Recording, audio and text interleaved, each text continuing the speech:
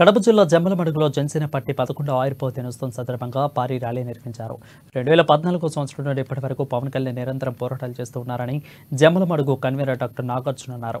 అధికార పక్ష నాయకులు కేవలం డబ్బు కోసమే పవన్ కళ్యాణ్ ఈ పోరాటాలు చేస్తున్నారని ఆరోపిస్తున్నారంటూ దుయ్యబట్టారు. డబ్బు కోసమైతే పవన్ చూడని డబ్బు లేదని, కేవలం ప్రజా పోరాటాల కోసమే పవన్ కళ్యాణ్ రాజకీయాలకు వచ్చారని అన్నారు. మా జనసేన నాయకుని యొక్క ఆశయాలు లక్ష్యాల గురించి మనం మాట్లాడుకోవడం జరిగింది.